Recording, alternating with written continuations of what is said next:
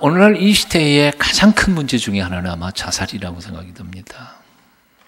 심각하죠. 가난한 사람뿐 아니라 부자도 죽고요. 못 배운 사람만 아니라 유식한 지식인도 자살합니다. 젊은이뿐만 아니라 노인들도 갑니다. 지난주에 통계를 하나를 보니까 75세 이상 어르신들이 자살하는 숫자가요, 세계 평균보다 우리나라가 4배가 많다 그래요. 그렇게 많이 자살을 하신다고 그래요. 한국 자살 사망률은 OECD 국가 중에서 제1위라는 것은 뭐 이미 우리가 다 아는 거고요. 그런데 그거보다 더 놀랄 것은 OECD 국가 평균에서 1위가 중요한 게 아니라 2배나 더 많다는 거죠. 엄청나게 많은 겁니다. 작년 2014년 세계보건기구 보고서를 보면 2000년과 2012년 비교할 때 109.4%가 증가했다고 합니다. 키프로스에 이어서 우리가 2위인데 그냥 순위만 2위지 실제로 안에 내용을 파고 들어가 보면 사실은 키프로스하고는 우리가 비교할 수 없을 만큼 엄청나게 많다는 겁니다. 예를 든다면 키프로스가 2000년, 2012년 둘 다 10만 명당 5명 이하꼴로 사람이 자살을 했는데 우리나라는 10만 명당 13명. 그러니까 2배가 훨씬 더 많은 거죠. 13명. 그리고 사실은 2012년에는 13명이 아니라 그보다 2배 더 많은 30명만큼 거의 2배나 압도적으로 증가했다는 사실입니다. 기가 막힐 노릇이 아닐 수 없습니다. 왜 한 번밖에 없는 자신의 목숨을 스스로 그 모진 목숨을 끊을까? 자살하게 되는 이유들을 따지고 들어가 보면 겉으로 쉽게 판단하는 게 외형적인 이유죠. 그러니까 뭐 돈을 잃어버렸다든지 아니면 대학에 떨어졌다든지 아니면 사랑하던 사람에게 배신당했다든지 학업에 실패했다든지 뭐 질병, 못 고칠 질병에 걸렸다든지 이런 등등의 외형적인 이유들이 쭉 있지만 사실 그 외형적인 이유를 파고 들어가서 내면에 딱 한 가지 이유가 있다는 거죠. 심리적으로. 그 이유가 뭐냐 하면 내가 과연 정말 이 세상에 살 만한 가치가 있을까 하는 것에 대한 확신이 없기 때문에 죽는다는 거죠. 내가 이러면서 내가 살아갈 가치가 있을까? 자기 자신에 대한 자존감이 상실될 때 난 쓸모없는 사람이다. 이젠 더 이상 살 이유가 없다. 그리고 포기해버린다는 것이죠.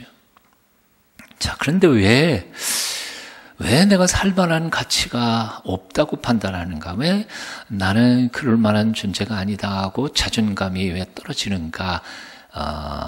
기운은 간단하죠. 내가 얼마나 소중한 존재인지를 모르니까 그런 거죠.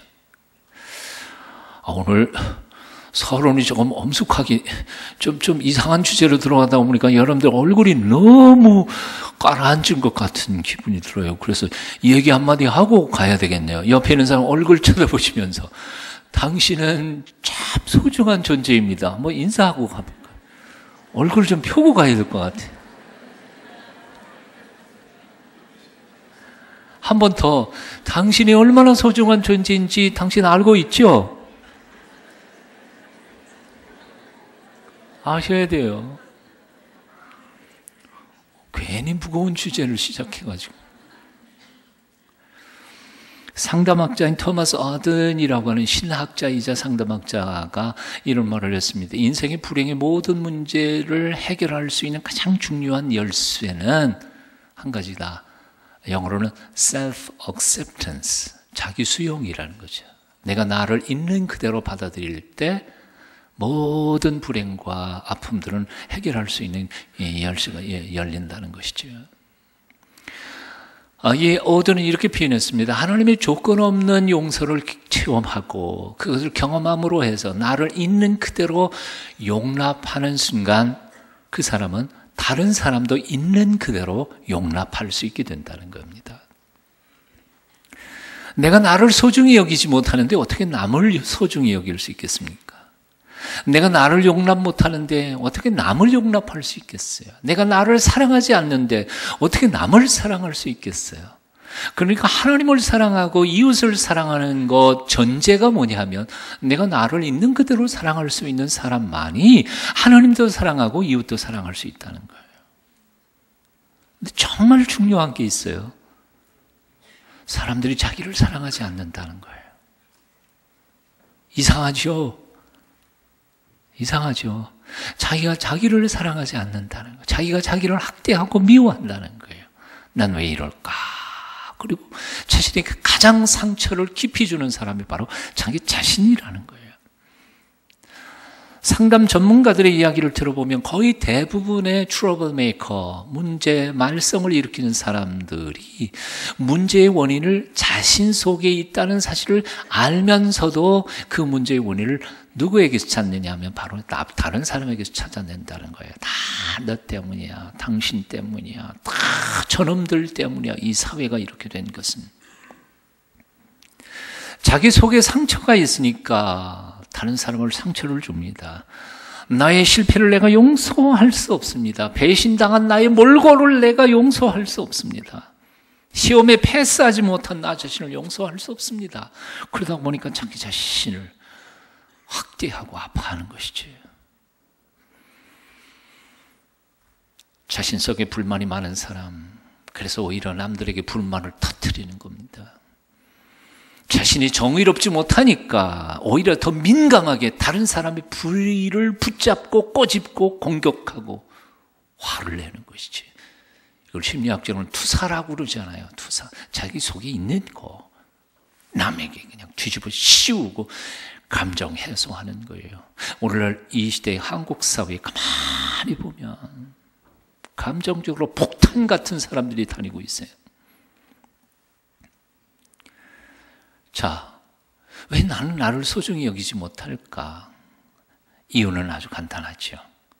세상의 가치관은 소중하다고 하는 그 가치관을 근거를 잣대를 어디에 두냐면 외형적 조건에다 두기 때문에 그렇습니다. 그래서 돈이 많으면 소중하지만 돈이 별로 없으면 소중한 존재가 아니라고 생각해요. 아주 아름답고 외형적으로 미남 미녀면 소중한 사람이지만 뭐 별 볼 일 없는 미모를 가지고 있다면 별로 소중하지 않다고 생각해요. 높은 자리에 있는 사람은 소중하지만 높은 자리에 못 맞은 민초는 뭐 별로 그렇게 소중한 사람들이 아니라고 생각하는 거예요. 많이 배운 사람은 소중한 사람이지만 무식한 사람은 소중하지 않다고 생각하는 거죠. 이게 바로 세상적인 판단 기준입니다. 그런 판단 기준과 가치관과 인생관을 속에서 우리는 어려서부터 지금까지 다른 사람과 나를 비교해 오면서 지금까지 살아왔던 것이죠. 그러다 보니까 나도 모르는 사이에 다른 사람하고 나를 비교하면서 나는 별로 그렇게 가치 있는 존재는 아닌가 보다. 그리고 스스로 자기를 학대하면서 살아왔던 것이죠. 그런데 한 가지 비밀은요, 하나님은 그렇게 생각하지 않는다는 거예요. 이게 정말 중요한 거예요. 하나님은 그렇게 생각하지 않는다는 거예요. 믿으세요? 세상은 몰라도 다른 사람들은 몰라도 하나님은 그렇게 생각하지 않으신다는 거예요. 하나님은 돈이 많든 적든 병들었든 건강하든 유식하든 무식하든 높은 자리에 있든 낮은 자리에 있든 간에 하나님 당신의 형상대로 지어주신 인생들을 똑같은 당신의 소생으로 당신의 지은 바 된 하나님의 백성으로 하나님의 자녀로 소중히 여기신다는 거죠. 오늘 본문 말씀에 우리 한번 같이 읽어보셨으면 좋겠습니다. 오늘 본문 이사야 45장 3절 4절입니다. 함께 읽습니다. 시작. 야곱 집이여 이스라엘 집에 남은 모든 자여 나에게 들을지어다.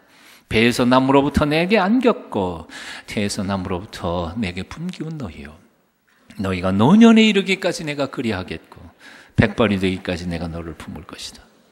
내가 지었은즉 안을 것이요 품을 것이요 구하여 내리라. 표준 세번역에 보면 이렇게 써 있습니다. 야곱 집어나 이스라엘 집안의 모든 남은 자들아 내 말을 들으라. 너희가 태어날 때부터 내가 너희를 안고 다녔고 너희가 모태에서 나올 때부터 내가 너희를 품고 다녔다. 너희가 늙을 때까지 내가 너희를 안고 다니고 너희가 백벌이 될 때까지 내가 너희를 품고 다니겠다. 내가 너희를 지었으니 내가 너희를 품고 다니겠고 안고 다니겠고 또 구원하여 주리라. 한번 따라해 보실래요? 내가 너희를 지었으니 내가 너희를 품고 다니겠고 안고 다니겠고 구원하여 주겠다. 하나님 왜 우리를 사랑하세요? 왜 우리를 사랑하세요? 지었으니까요. 우리가 하나님의 소생이니까요. 외손자 녀석 때문에 우리 마누라가 허리가 아프대요. 다리도 아프고 뭐 힘들대. 그래서 내가 곁에서 그랬죠. 보행기에 앉혀. 보행기에 앉은 놈이 할머니를 보고는 안아달라고 그러니까 뭔데 그걸 또 앉는 거예요. 또 없는 거예요. 그러니까 허리가 아픈 거예요. 하루 종일 그러고. 왜 그 짓을 해요? 이유가 뭐예요? 지 새끼니까. 내 새끼니까. 내가 허리가 부러지는 한이 있어도 업고 다니는 거예요. 그냥 얼리고. 하나님 왜 그렇게 사랑하세요? 넌 내 새끼니까. 질문 하나 해볼게요. 제 외손자 녀석이 지금 돌이 안 됐어요. 근데 나중에 큰 다음에 할머니가 그렇게 허리가 부러지도록 업었다는 사실을 기억할까요? 못할까요? 기억을 어떻게 해요, 지가? 그 얘기는 뒤집어 표현한다면 하나님께서 엄마 뱃속에서부터 나올 때부터 지금까지 나의 인생을 업고 다니고 안고 다니고 내게 은혜를 베풀어 주셨다는 사실을 여러분 기억해요? 못해요? 기억 못하니까 하나님한테 불평하잖아요. 하나님, 이게 뭐예요, 내 인생? 나는 기억 못할지라도 하나님께서는 우리의 인생을 그동안도 품고 안고 여기까지 오셨음을 믿으시길 바랍니다. 우리 인생들은 아주 독특한 존재들입니다. 하나님의 오묘한 계획 속에서 하나님의 손길을 통해 이 세상에 태어난 존재들입니다. 성경은 내가 지었은즉 않을 것이요 라고 말했습니다. 지었다는 말은 그분의 소생이라는 말입니다. 그래서 우리는 그분을 향하여 감히 아빠, 아버지라고 부를 수 있는 존재가 된 것입니다. 시편 138편 8절은 말씀합니다. 여호와께서 내게 관계된 것을 완전케 하실지라. 내게 관계된 모든 것을 완전하게 하실지라. 이건 개역 성경이고요. 이것을 표준 번역에서는 이렇게 표현했습니다. 주께서 내게 세우신 목적을 온전히 이루어 주시니. 주께서 내게 세워주신 목적을, 즉 다시 말하면 하나님께서 나를 이 세상에 보내실 때에 목적이 있어서 보내셨다는 거예요. 다시 말하면 우연히 어쩌다가 보니까 실수해서 이 세상에 튀어나온 사람은 아무도 없단 말이에요. 어떤 철학자는 말한 것처럼 인생은 어쩌다가 내어 던져진 존재가 아니란 말입니다. 하나님의 완벽한 계획과 섭리를 따라 이 세상에 존재하게 된 사람이 바로 나라는 거죠. 아인슈타인은 말했습니다. 하나님은 결코 주사위를 던지지 않으신다. 주사위 뭐하러 던져요? 도박하는 거 아니에요. 하나님은 도박하시는 분이 아니에요. 하나님에게는 우연이란 없어요. 다 필연이에요. 어쩌다가 실수해서 내가 이 세상에 온 게 아니라 그 말입니다. 릭 와라는 이렇게 표현합니다. 부모의 계획이 없이 태어난 아이는 있을지 몰라도 하나님의 계획이 없이 태어난 사람은 없다. 젊은 청춘 남녀가 불장난해가지고 이 세상에 태어난 아이가 있을 수 있어요. 계획 없었어요. 그렇지만 그 아이를 향한 하나님의 계획조차 없었던 것은 아니라 그 말이에요. 리과라는 또 이렇게 적습니다. 하나님은 실수하지 않으신다. 하나님의 모든 창조에는 다 이유가 있다. 솔로몬을 생각해 보십시오. 그는 결코 태어나서는 안 될 존재였습니다. 아버지 다윗과 어머니 우리아의 아내 밧세바의 몸에서 태어난 불륜의 씨앗이었습니다. 그는 한평생 자기 출생의 비밀에 대하여는 참 말하기 부끄러운 존재였을 것입니다. 비록 그가 왕자였고 또한 나중에 왕이 되었지만 얼마나 부끄러운 얘기였겠어요. 하지만 하나님은 그를 버리지 않으셨습니다. 아니, 버리시지 않으신 정도가 아니라 오히려 그를 당신의 소생이라고 여기시고 품고 다니시고 안고 다니시고 오히려 그를 위대한 하나님의 거룩한 왕으로, 이스라엘의 왕으로 지혜롭게 만드시고 세워서 영광 받으셨습니다. 여러분, 사생아였던 솔로몬에게도 하나님의 놀라우신 섭리가 있었다는 사실을 믿으십니까? 그렇다면 내 눈에 보기에 나의 삶의 환경과 조건들이 형편없다 할지라도 나를 향하시는 하나님의 섭리와 격려를 믿으십니까? 믿으셔야 돼요. 우리는 눈에 보이는 외형적 조건들로 인하여 남을 원망해서는 안 될 것입니다. 어떤 사람들은 부지불식 중에 이렇게 감히 말해요. 아빠 때문이요. 아버지를 원망해요. 엄마 때문이요. 엄마를 원망해요. 다 요즘에는 저놈들 때문이야. 세상을 원망해. 하지만 그런 건 없어요. 완벽하지 못한 부모를 통해서도 하나님께서는 인생들을 훈련시키셔서 완벽한 인생을 만들어 가시는 줄로 믿습니다.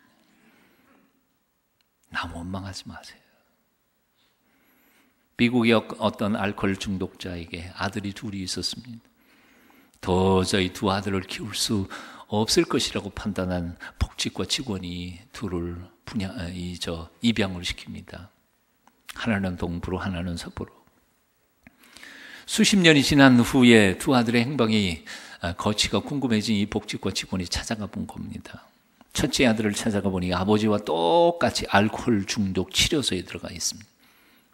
기가 막힌 이 사람이, 아니, 당신 아버지도 그렇게 살았는데 어떻게 알코올 중독자가 돼서 여기 이게 뭡니까? 그랬더니 아들이 당연하다는 듯이, 아버지가 알코올 중독자였는데 내가 태어나서 본 게 다 그것밖에 없는데 내가 알코올 중독자가 되는 게 당연한 거 아니에요?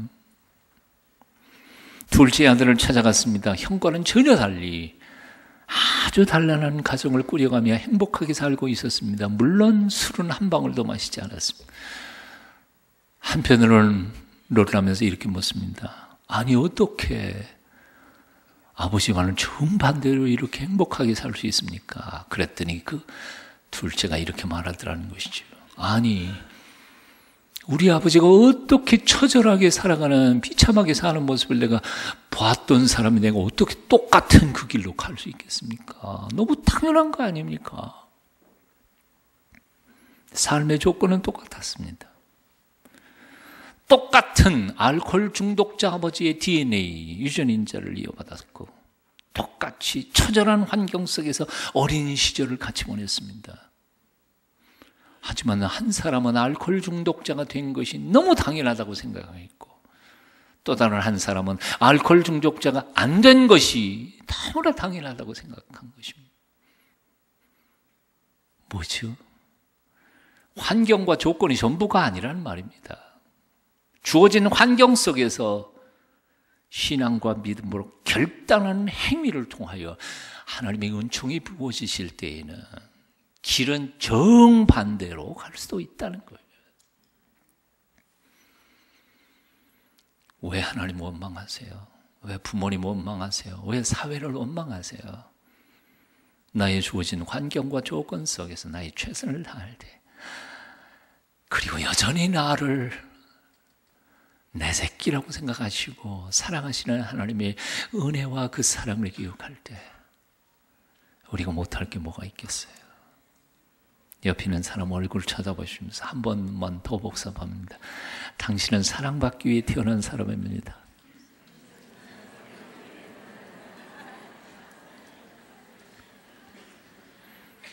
거기까지만 하면 굉장히 자기중심적이고 이기적인 거예요. 하나 더 나갑니다. 다시 옆에 있는 사람 얼굴 쳐다보시면서, 그리고 사랑하기 위해 태어난 사람입니다. 사랑받을 궁리만 하지 말고 사랑할 궁리도 하시라니. 생물학적으로 한 사람이 태어나기 위해서는 엄마의 난자 200만 개와 아빠의 정자 3억 개가 그 중에 하나씩 만나야 된다며요. 그러면 내가 이 세상에 오게 된 확률은 얼마예요? 좀 확률 계산 좀 하는 사람들 한번 계산해 보십시오. 예, 잘 모르겠지만 하여튼 200만 곱하기 3억 그래야죠. 숫자가 어떻게 될라는지 몰라요. 그 얘기는 뭔고 하니 뒤집어서 말하면 내가 이 세상에 태어남으로 해서 몇 명이 죽었어요? 2억 9,999명이 삶을 포기했어요. 3억의 대표로 내가 온 거라고. 그러고도 양심의 가책을 느끼지 않으세요? 세상에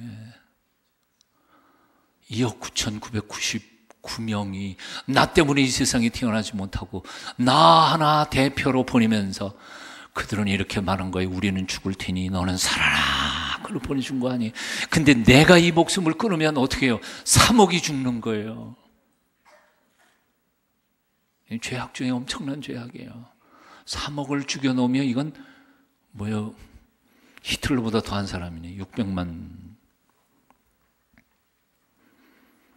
의과대학에서 교수님이 학생들에게 질문했다 그러죠. 한 부부가 있는데 남편은 매독, 아내는 심한 폐결핵에 걸렸다.